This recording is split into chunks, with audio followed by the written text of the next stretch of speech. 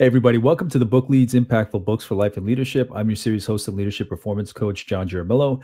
This podcast series is about getting to the books that have impacted the lives of the people in my network, leaders that I've known, leaders that I've met recently, all throughout the pandemic, before. So these are great leads to get to those books that have impacted the most, provided the most value for them in their life, business, their work, their entrepreneurial journey, whatever it may be. And in this series, I cover 3 categories of books. The first category being a book they're sharing with me I haven't read. Second category is a book that we've both read, whether specifically for the series or in a previous life before the podcast. And then the third category is when I have an author and or publisher on to discuss the book, what they're trying to get in there and out to the masses, just so you can get a sense for who they are and the tone that they want to set and the messaging that they have. In this particular episode, my guest is Rebecca Gebhardt. And Rebecca is a best-selling author, former top 1% sales leader, and with over 20 years of experience leading sales teams that have generated over $50 million in revenue. Rebecca specializes in guiding emerging sales leaders through the transition from sales leaders board to leadership, while also helping corporate sales leadership teams strengthen their leadership pipelines. She's Kolbe and Leadership Circle assessment certified, and Rebecca had reached out after hearing about the series. Obviously, well, not so obvious, I haven't mentioned it, but we're here to discuss her book. So I learned a little bit about her. We went back and forth, learned about each other. And again, she's one of those people that I think people should know about, a book that I think people should look into. And again, aside from the book aspect of this series, I love getting into that conversation about what's driven someone to where they are today. So here she is today with me. Rebecca, thank you so much for joining me. Great intro, John. Thank you so much. I'm excited to converse with you here today. Absolutely. And when it comes to you, Rebecca, I read the bio, but can you give me some insight into your day-to-day work now, what that looks like, what kind of services you provide, just so I and my audience can get a sense of who you are, what you're up to, and what you bring to the table when we dive into your book? Yeah, I love working with people who are in transitions to become who they need to be. And that space I play in is within the sales realm. And so the people, the leaders, the emerging leaders, those are the people I work with that are high performers who are looking to get into sales leadership, looking to continue to rise up the ranks at their sales organization. I do work with some companies where we do leadership development in general. But for the most part, the books I write, the newsletters I send out, the content I pump out and help with is along that lines. And so I partner with visionary leadership teams at organizations who want to make sure that they are not just setting up sales leaders so they can get more revenue, in the door, which is important, but that they're actually helping people become better versions of themselves. Because better people are better leaders. And that's kind of the people I resonate with, the companies that I help. And it's kind of been a process to get here, but that's where I like to play and work. I like that you say it's taken a process to get here. I like processes. I love that, what goes into baking the cake, what goes into building someone up to where they are. And I love the idea of, okay, there's work to get better sales out of someone, to help them create, design those processes to get those better sales figures. Obviously, you need the going concern of the business to keep employing people. But at the same time, I love the fact that you talk about not just being an effective sales leader, but an effective person. Because I've worked in and I've worked on so many organizations that they have somebody at a certain managerial level that's good at their job. And they say, okay, this person produces, obviously that's the person for the leadership position. They produce. And then they move up a level and it's just chaos. It's bedlam. It's disorganized.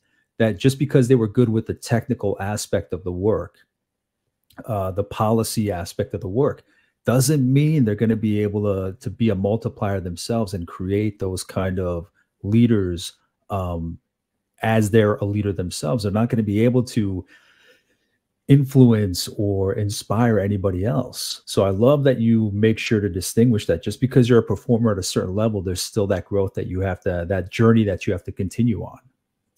Yep, that's the status quo that I am up against every single day. It's not that the best individual contributor, the best engineer, the best salesperson makes a terrible leader. That's not the case. But the assumption that that's all it takes to then succeed in a completely different role is incomplete. And so without that extra training, without that extra thought process, the development, they get very frustrated. And we set up very successful people to fail when we don't equip them with the skills needed in this next transition. And it's not complicated stuff. It just takes purpose. It takes focus. It takes guidance to get there. Yeah, just acknowledgement. And that's the problem, is it really doesn't take that much. If you have good leaders in your organization, just even mentoring as a starting point would work. But I think they believe because the success has been achieved at level A, then they're right for level B, and they'll pull it off. Now, Rebecca, what kind of services do you operate in? Is it group? Is it one-on-one? What else is in that mixed bag of what you can provide for your clients? That's a good question. I no longer do one-on-one coaching. When I started my consulting company in 2018, that's what I did. And it's just a not scalable way for the business to work. And so we work with leadership teams. So the smallest sales leadership team we would work with is 5 sales leaders.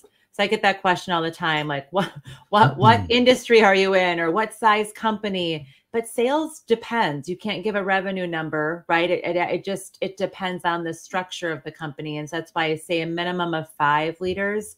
Most of the time we're working with organizations with 10 to 30 leaders that are going through our programs, either the Leaderboard to Leadership Accelerator that we have, the Rise Up the Ranks program, or we're customizing. We are working and collaborating with the people inside the organization who know it really well, who could maybe do leadership development, but don't have the bandwidth, or they don't know instructional design, or don't know how to actually get a good program to produce the behaviors and, you know, the implementation that they need. So there's a few different ways we do that, but the end game is always the same.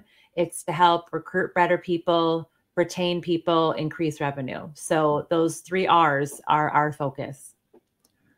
We've talked a lot about sales. It was in your bio. That's the world you come from, right? And then you referenced sales versus, I think you had referenced an engineer. So what does that look like when you're working with one side and the other, where it's like sales, where the person has to go out and produce, and engineers obviously have to go out and produce and get work? Is that the level of the engineering game that you're talking about, is bringing in business? Yeah, I use that as an example. We don't work with any engineers, but yeah, it's sort of like the, when we work with leadership development in general, that's a different program because there's, you know, different things there. But this first leap into leadership, so we mainly are in sales, but a lot of the concepts are similar for someone who's coming from engineering, or they're coming from manufacturing, and or they're the receptionist who's doing a great job. It could be any individual contributor. A lot of the concepts that I write about in the Leaderboard to Leadership, it could be anyone in any sort of leadership general could take that and go, okay, this is what this means for my role. We just chose to niche with the sales leadership side. So I don't work with any engineers per se. Yeah, no, you had mentioned it wasn't like a gotcha moment, because I believe I've read sales books. I've interviewed people on here that come from sales. And I believe there are a lot of aspects, tools in sales that work, like you said, no matter the industry. So it was just a deeper curiosity, but I completely believe that these kind of skills, these kind of focuses are transferable to other areas. Now, Rebecca, when it comes to you, and before we dive into your book, can you give me a sense of where you started and what your journey has been like? I'm always curious what someone's first couple steps into their workforce or into their education were like, and what that path looked like to now. Yes. this is something I've been doing a lot of reflection on, because we bring our past, we bring the stories we've told ourselves into our current situation, right? And we're all very complicated people leading people who are complicated, right? And the story of how you get to where you are gives a lot of clues, into that. So I got my start in sales when I was a freshman at Marquette University. I have a human resource degree from there. But I'm in the middle of 7 children, and I had to pay my own way through school. All of us had to pay our own way through school. And I was sitting in, I forget what class it was, but it was this big, freshman class, second semester of freshman year. I think it was a psychology class. We had to take all these prereqs for a liberal arts degree. And the little form said, summer work, do you want to make $7,000? And this was in 2000. I went, $7,000 is a lot of money. Not realizing it was straight commission. It was door-to-door sales, 80 hours a week, all that stuff. But the more I heard about that opportunity to get out of, I grew up in a really small town in Wisconsin, 1,200 people. If I didn't do that job, I'd go back to Green Bay and work in the paper mill, which I had done the year before. And I didn't want to do that. I wanted to do a little exploring, and I didn't know anything about sales, but I knew how to work hard. And that's what they told me. They said, if you work hard, if you study, if you're coachable, you'll be fine. And I was terrible. I was really, really bad. But I went to Knoxville, Tennessee, and I sold books door to door, educational books, 80 hours a week for 13 weeks, and delivered all the books and came back with a check for $4,000. So I made about $7,000, took home $4,000, and really felt connected to this. If I can work hard, I have destiny, and I have control over my destiny. I have control over my income. And that felt very empowering to me. And so then I got into leadership, and I share some of those stories in the book of just the journey and the mistakes that we can make and the things that we end up doing right. But that's what I did. And I ended up recruiting college students to that job a few years after graduating from college.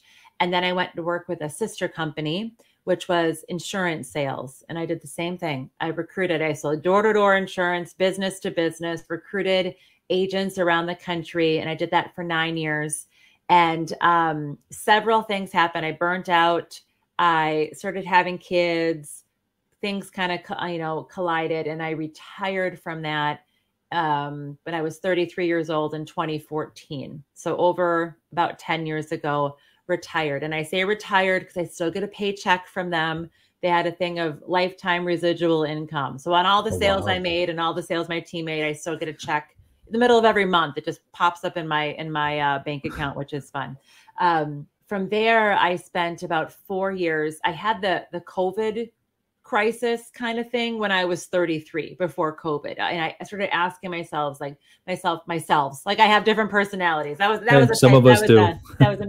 I didn't even flinch when you said that. Okay. Yeah. Myself and I, but started asking some of the questions that a lot of people ask today of, what should I really be doing? Where are my talents? What's my purpose? How can I give back? And so that's when I launched my consulting company. And my initial purpose was, I'm going to work with female entrepreneurs that don't know how to do sales, right? And then it kind of morphed into sales coaching. COVID happened, got a huge influx of sales leadership clients, because when things get bad, leadership needs to rise up, right? Mm-hmm. You kind of expose what has worked and not worked when crises show up. And so that's what I started to do. Everyone, and I mean everyone, had similar questions. I was having the same conversation. So then I started doing group coaching. I put a group program together called Leaderboard to Leadership. And that morphed into corporate clients. And so that's kind of the evolution. And now we are scaling, and so I think I have a really good picture of what I want in life, with the business, for serving clients. But it's sort of unraveling. So it's unraveling in a good way, right? It's revealing itself, revealing. It's like unfurling itself. Yes. Yes. Okay. Yeah. So that the entire story you just gave, that's what you refer to as the process. Because sometimes it's just never pretty. Like, you don't know where you're going to end up. It's not, I'm going to graduate. Very rarely is it, I'm going to graduate with this degree. Then that means I go into this field, which means I ascend through this hierarchy to get to this position. And that's where I'll retire. So many stories are just, it's almost haphazard. I'm studying for this and this crossed my path. So I jumped into that, which led to this. So I love when people says it was a bit of a process to get here, because it's not predictable. And that's everybody's unique experience. So, Rebecca, when it came for you going into college, how you said liberal arts? What made you want to go into that? I mean, who were the influences, or what were the influences in your earlier life that made you kind of pick what you did going into college? Again, always was like, I'm a hard worker. I'm going to work really hard. I grew up with a massive chip on my shoulder. I came from, I said a big family. So there was scarcity and a lot of competition, and in a family sort of way, and so I thought how I was going to win in life was to beat other people. It wasn't even about being my best self. It was about beating everyone else, And so I, as a young, I still hold school records for track. I was valedictorian. So as I was looking at colleges, I knew I wanted to get out of town. And I didn't really know what I wanted to do. I felt a lot of shame and anxiety around that, of someone who looked like she had it all figured out, had no idea.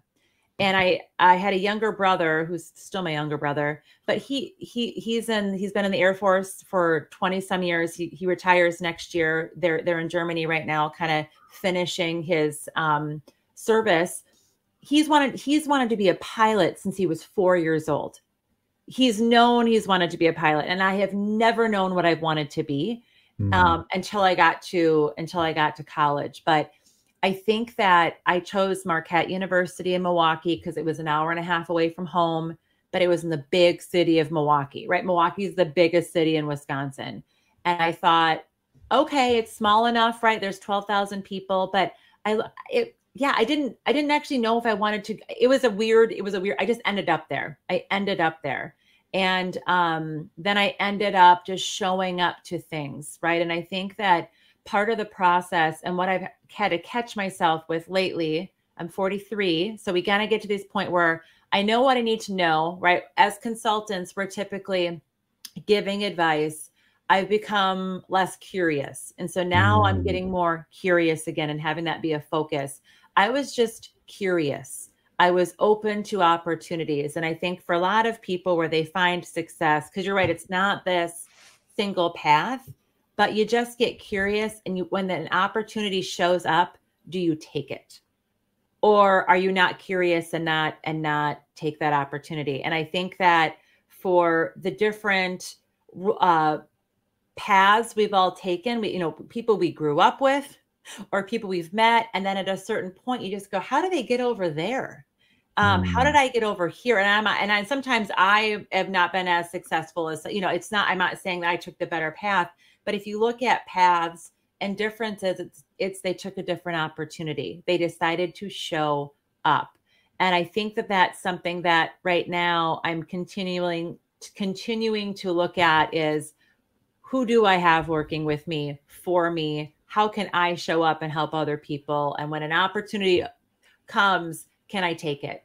Can I do the work required? Can I help my clients do the work required? And that's kind of where I'm sitting. So I wish I had a better answer. No, that's do I know? Because I never knew. The only time I remember a woman getting on stage. So when I started doing the book thing, we do a week-long training, and there was a woman's training, right? Because you kind of got it. You're like, don't go into, because we were knocking on doors that to be safety for women, right? Because we were by ourselves all day. But she got on stage and she goes, I used to be a corporate consultant. And I went, I don't even know what the heck that is, but I want to be that when I'm older. I just sounded so cool. And so now I'm a corporate consultant. So it's kind of like, wave Full the hair circle. a little bit. Yeah. So Rebecca, the next question, I think you already answered it, but I want to pose it to you and see if there's anything that you would add to it. Does it make sense from your childhood then that this is what you're doing? Not that you planned it in your childhood and ended up here, but your personality, your maybe your vices, everything that was you as a child, the way you dreamt. How do you reconcile to where you are now?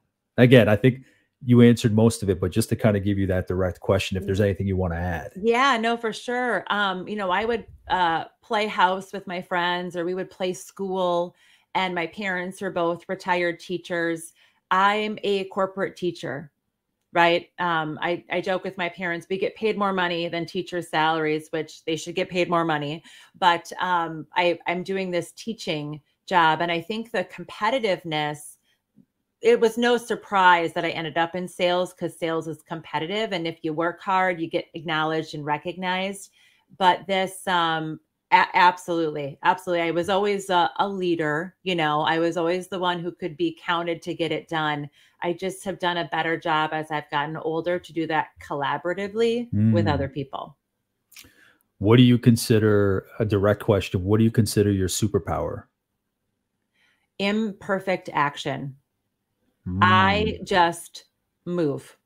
I'm okay with good enough. And not that I turn out a bad product, but last night I had the book launch party for Leaderboard to Leadership.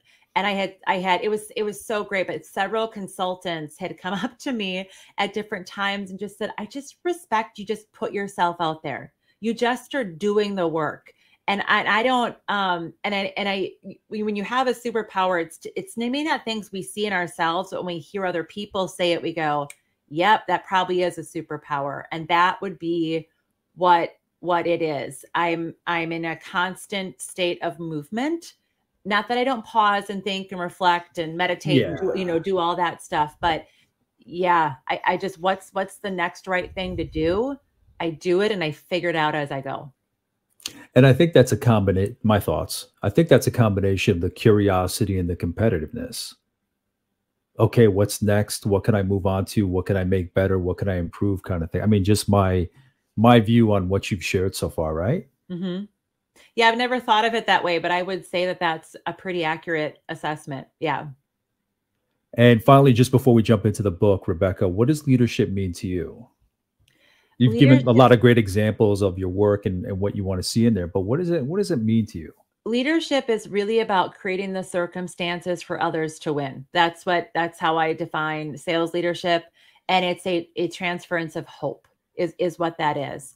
And so giving people hope, creating the circumstances that they can succeed, not by rescuing them or anything like that, and it's just this continual evolution of becoming the person you were meant to be. Love it. All right, now we can jump into the book. If you can, why don't you introduce the book and how it came to be? Yeah, so it's Leaderboard to Leadership, and I have a little copy here. And I'm showing it like this because I have a manicure that matches my book. I never have my nails done like that. So people who watch the video, they can see that if they're listening, that won't make sense. But just what's the subtitle? It's How to Earn and Excel in Your First Sales Leadership Role. Yep. So Leaderboard to Leadership. And the leaderboard, of course, is, people think that more of like in golf or something, but most sales organizations have a leaderboard. And it's who's ever selling the most is on the top of the leaderboard. And so typically you go from that leaderboard, you go from sales to leadership. And so the book is about how to earn your first sales leadership role. It's how to transition into it, and then how to succeed and then continue to rise up the ranks. And how did it come to be? When did you pull the trigger on it? When did that start kind of percolating in your head to put something together as a book? So I wrote another book back in 2020 called Beyond the Board. Subtitle, how to achieve your vision board goals in a fulfilling and sustainable way. When that book was done, I knew there was another book in me somewhere. Didn't know what it was going to be. And I released that one on February 29th of 2020, right before COVID. So I didn't get to do any of like marketing or speaking to promote that book. So, but it was a fun first book. After that process of really understanding the editing process, like you don't know, not every book is a grind, but there's parts of it that are a grind. And the editing process was a grind for me. And I didn't know that. I was naive going into it. And so I had kind of suffered from a little bit of procrastination for the second one, because I knew what I was going to be getting into the second time. And I went, I don't know. But I will say that I believe in repurposing content. And so as I had created this Leaderboard to Leadership Accelerator, I went, this would probably be a phenomenal book at some point.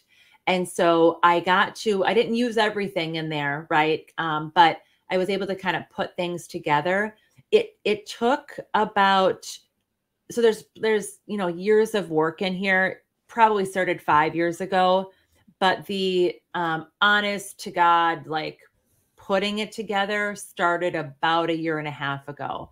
So I wasn't as brave as you. I couldn't commit to a podcast because podcasts are a lot of work. They're a lot of work. But what I did do is I committed to a LinkedIn Live series called Lessons from the Leaderboard to Leadership, where I interviewed about 20 sales leaders. And so I was able to repurpose some of their interviews into the content, bring in work that I had been doing with our corporate clients and some of those experiences. And so the stories in this book are better than the stories in my first book. And they're more tailored to someone who would read this. But that was the process. And I had times where I just stopped for a month. And then I'm like, I just got to get back into it. I had to commit to the discipline of daily writing, of making sure I blocked my schedule off. Something I talk about in this book, but it's about managing our energy and our mental energy. And I'm best in the morning. And so I had to, if I wasn't going to write before 11 o'clock, I just shouldn't write at all because it wasn't going to be any good. And so, but that was the process. I love that self-understanding where you know where you're going to perform best in the day, and that honesty of, if I didn't get to it by 11, it's like, all right, maybe tomorrow morning.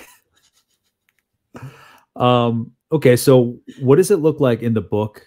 What do the chapters look like? What's that journey that you take the reader on? What's that process that you walk them through? Well, the first part of the book is actually just acknowledging the issue of the status quo on how we promote people into leadership, and sharing stories of my early sales leadership journey and the issues that come up. And then it's really goes into the data behind most of the people who would find themselves in this position. And so let me actually back up. I share this stat in this book, but I had read a book by Scott Miller called It Wasn't It's the Manager. Everyone Deserves a Great Manager. And he shared in that book a Harvard Business Review stat that the average age that someone gets their first leadership promotion is age 30. And the average age they get their first leadership training is age 42. So there is this big stat glaring off the paper about 12 years of trial and error. And I went, this is such a big problem. I don't want to go all leadership. How can I niche with sales leadership? And so I got curious and started asking questions. And we did a research survey I couldn't find any data on new sales leaders. I couldn't find so we found out that 80% of sales leaders were given no training once being promoted. And the more we dug and got curious about it, the more we're like, this is a problem. And so a lot of that's what the beginning of the book really is about is, and people read it, go, yeah, yeah, you're right. This is why do we just go, this is a terrible problem, but no one's done anything about it. It just kind of like floors me. So that's what that is. Then the book, how many chapters is it? This is a great question.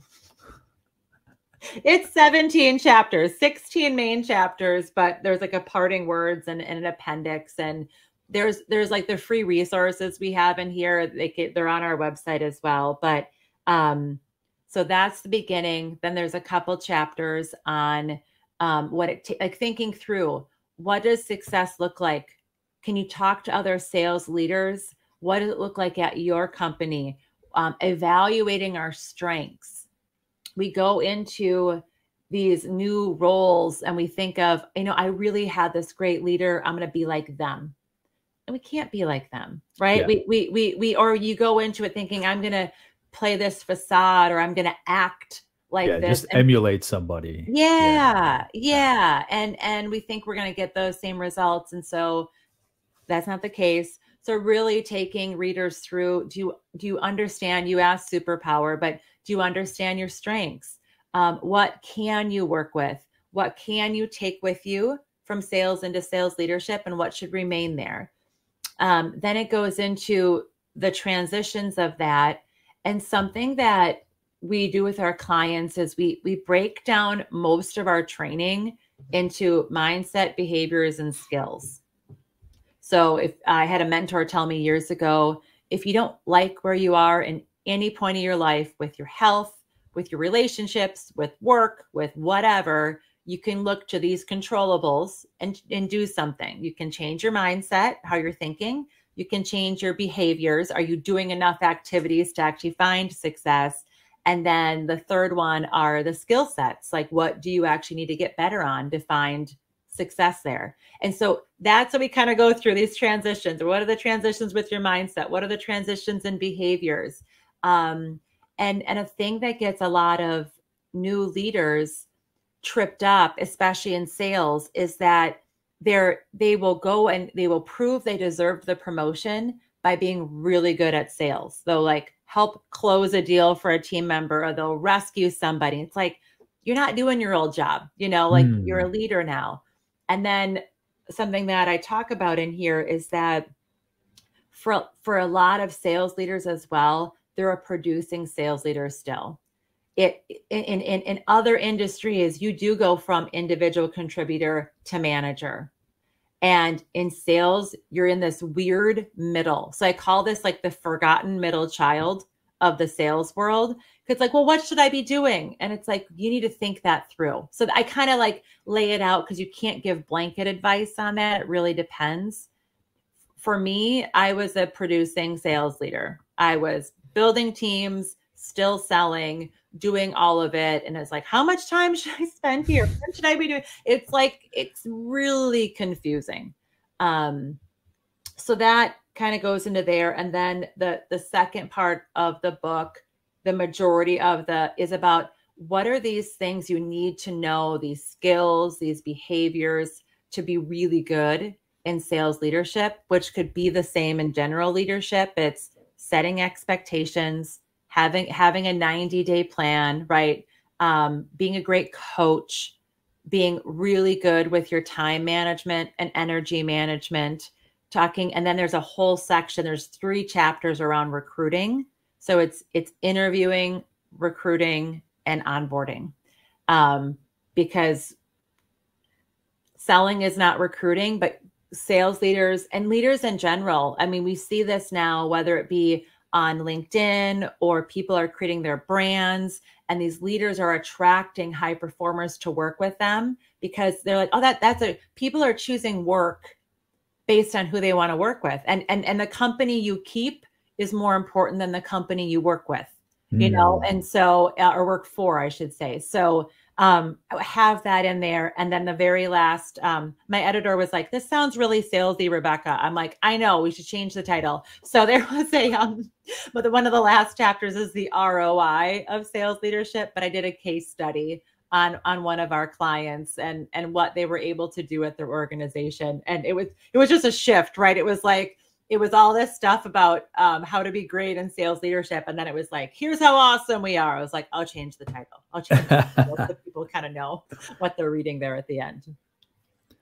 So when because the book just came out, but a lot of the ideas in here you've worked with or through in the past.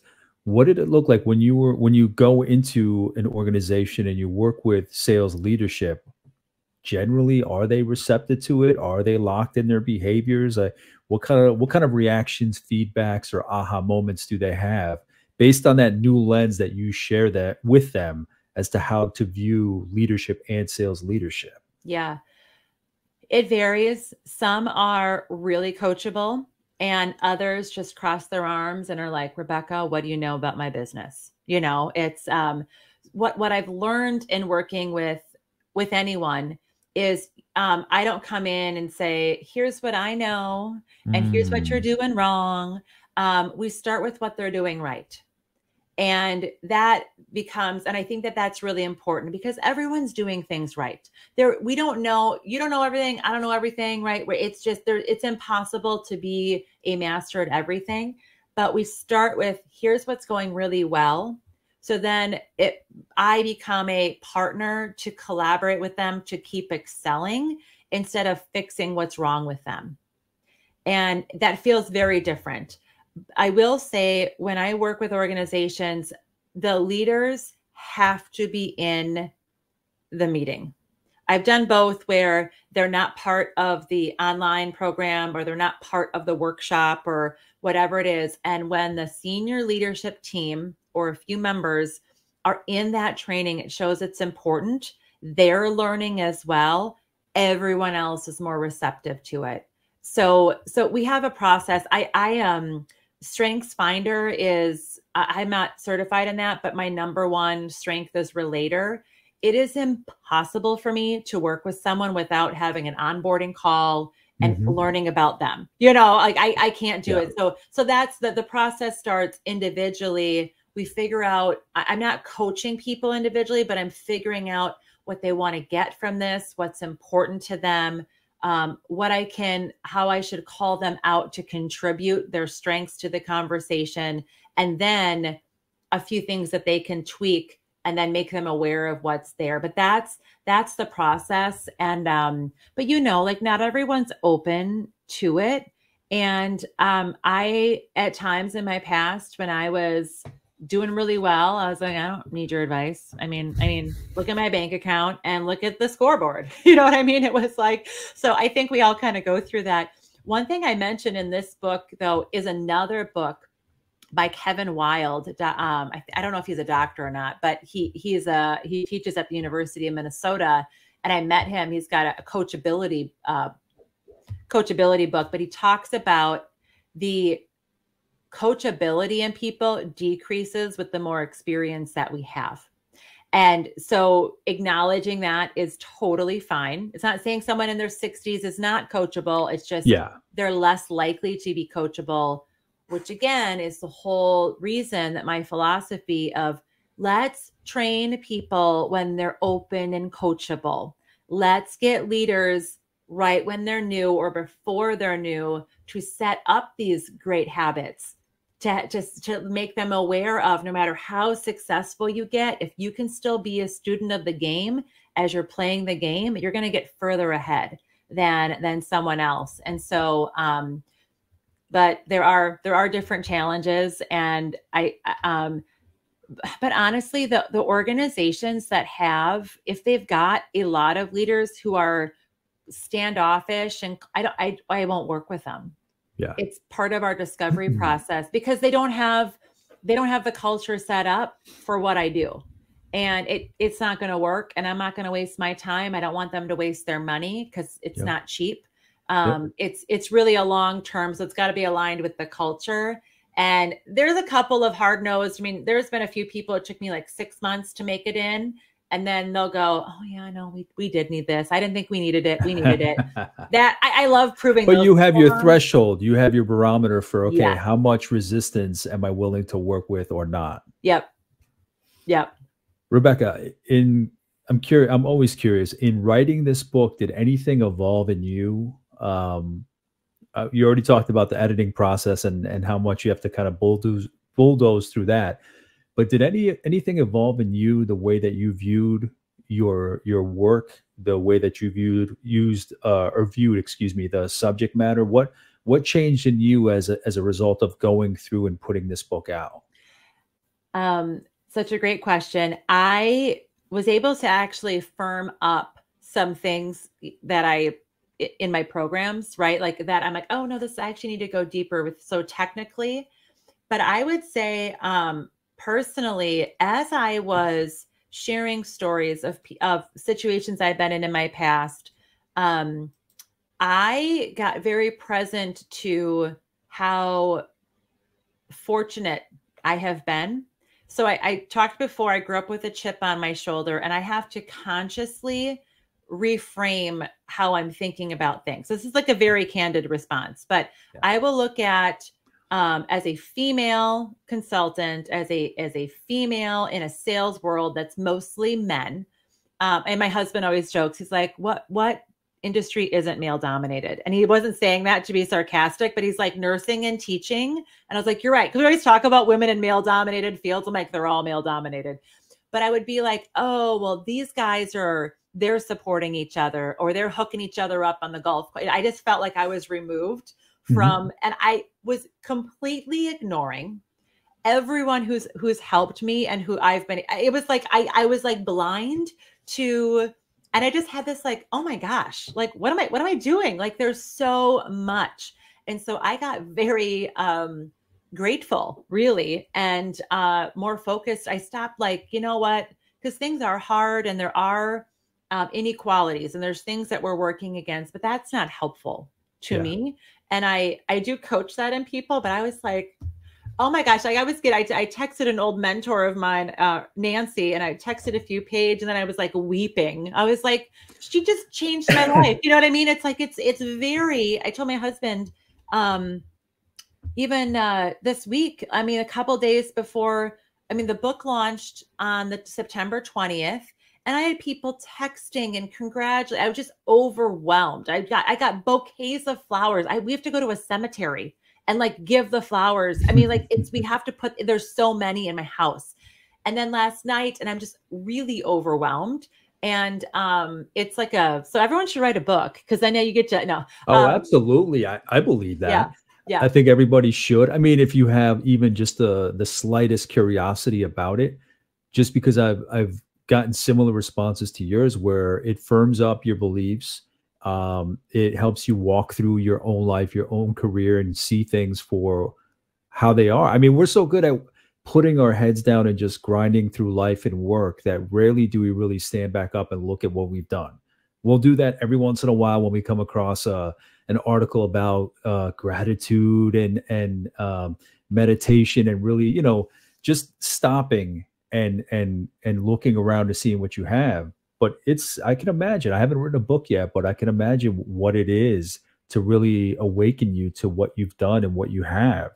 You know, some things we just don't take in properly until we write them out. And as we write them out, even if it's not specifically the story, we wonder, where's my idea about this coming from? And you trace that cord back to the wall to find out what those experiences really meant. It's incredible to hear those kind of reflections from my authors on this series. Yeah, it's such a process. And yeah, it is overwhelming. And I don't think we can all prepare for that. But what you're just saying of writing it out, you know, I'm sure you coach people to do their journaling. But as you write things out, like sometimes I'll sit down being ready I'm like, here's what I'm going to write about today. And then something completely different comes out. And we think we know ourselves. Yeah. Yeah. And so it's, and so that's the same process in a book. It's just kind of like multiplied of what you think you're going to write. Yeah. No, and thank you for sharing about this chip on your shoulder that you've verbalized about. I've thought about that the last couple of years, like certain instances, certain sensations. It's like, where's that coming from? And realizing what I do have, that chip on my shoulder. And it's something you don't hear about too often. So I'm glad you brought it up in terms of, this is how I experience life. This is how I was brought up. This is why I think that way. I'm trying to do my best to reprogram myself, so that I'm not operating under that. Because you know what it feels like? It feels like that chip, something's really on your shoulder holding you down. So I appreciate you bringing that up, that it's okay for you to feel that way. I think it's great to hear that even a coach needs a coach. Even you have to call up your mentor and say, I learned this lesson. And I don't think it takes away from the coaching you do, the coaching I do, because we keep that separate from who we are. But I think it is a learning journey for ourselves. Yeah, I'm looking away. I'm finding this quote that's on, I have this for a leadership development next week. And it's from Carl Jung, and it says, what works for you in the morning of life will work against you in the afternoon. And so this, how we find success, and this is, even something I discussed in the book, having a chip on my shoulder and proving people wrong worked really well for me. Yeah. It worked. Yeah. I was really successful, right? I have I got a closet full of medals and ribbons and you know what I mean? Like, it's like, but then that doesn't work anymore. And we don't all have these, since sometimes a new job will be that moment where you go, okay, what's not going to work for me anymore? And that's a process it's a really deep process. And it's something that I have kind of unfolded since I got certified in the leadership circle, because that's kind of what you take people through is, tell me about, like, you had how you opened up this interview. Tell me about your background. And then people start talking and they go, here's the stories I've had about what I need to do to be successful. And then you realize and it's part of human development. So it's something everyone goes, I shouldn't say everyone goes through, but most people who are curious and working on themselves go through. And, but it literally, like the chip on I literally have back pain all the time. I go see a chiropractor. I think it's like my writing, my form here but I have back pain. I literally, the chip on my shoulder doesn't work. It could anymore. be just that tension in your body. I mean, the body keeps the score and all that kind of stuff. Yep. But, and I think it's important to point out, it's similar to different conversations. If, for example, people pleasing, where people still do it, they still make sure other people have what they need, but they do it from a different source.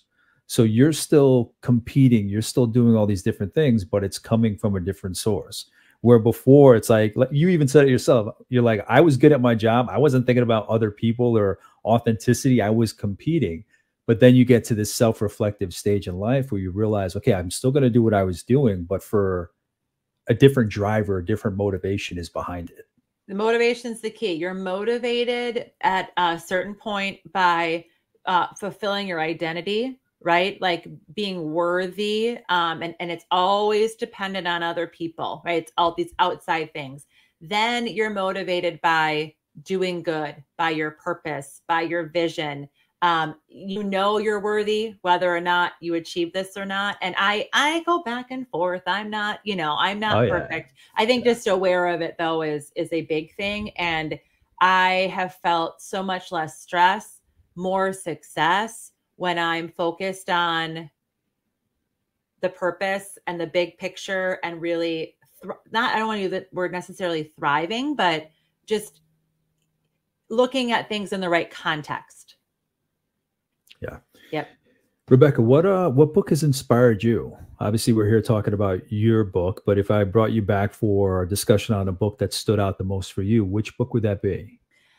Okay. So there's a couple of them. I really like Return to Love by Marianne Williamson. And I try to read it once a year. And I find myself in a different situation every time I read it, and I find different things in there. So that's a big one. 2 sales related books that are just classics that I could read forever is The Greatest Salesman in the World by Og Mandino, which I will persist until I succeed. In the Orient, young bulls are tested. I could like quote parts of those chapters. And then the classic 7 Habits of Highly Effective People. It is, I have it right here. This is actually funny. I'm quoting it. It's so good. And I highly encourage people to read this at different stages in life because, I read it as an 18-year-old. sorry, the 19-year-old, and I was like, yep, got that, like sharpen the saw, and personal victories, public victories, and then you just go, whoa, missed it, because the operating system I was using wasn't ready for it yet, right? And the operating system I'm upgrading will be ready for different things to come out of there. But that's a good one. Yeah. Yeah. I love that not idea. It does happen where you read a book at different stages. It's happened here where I read a book that was covered here like 15 years ago, and then finally went back to it for the conversation. And all the points that were important to me now were different than the points that I marked up 15 years ago. Like all of them were completely different. Like that's just how much we evolve. Rebecca, and starting to wrap up, what are you up to these days? Is there anything that you want to share that I might not have asked about? Anything you want to expand on? Anything at all? Please, the floor is yours. Yeah, the only thing I think I would just say is the vision for this book is that it becomes like a cult classic. And you typically, when you say that, it doesn't become a cult classic. You just jinxed yourself. I know. But that the vision is that every sales leader reads it. It's kind of, the book where, you're, like Parenting for Dummies. If you become a new parent, there's like books for new parents. The go-tos. This is the book for every emerging sales leader. And that regardless of what programs companies are using for their sales leadership development, it's the complement to every one of them.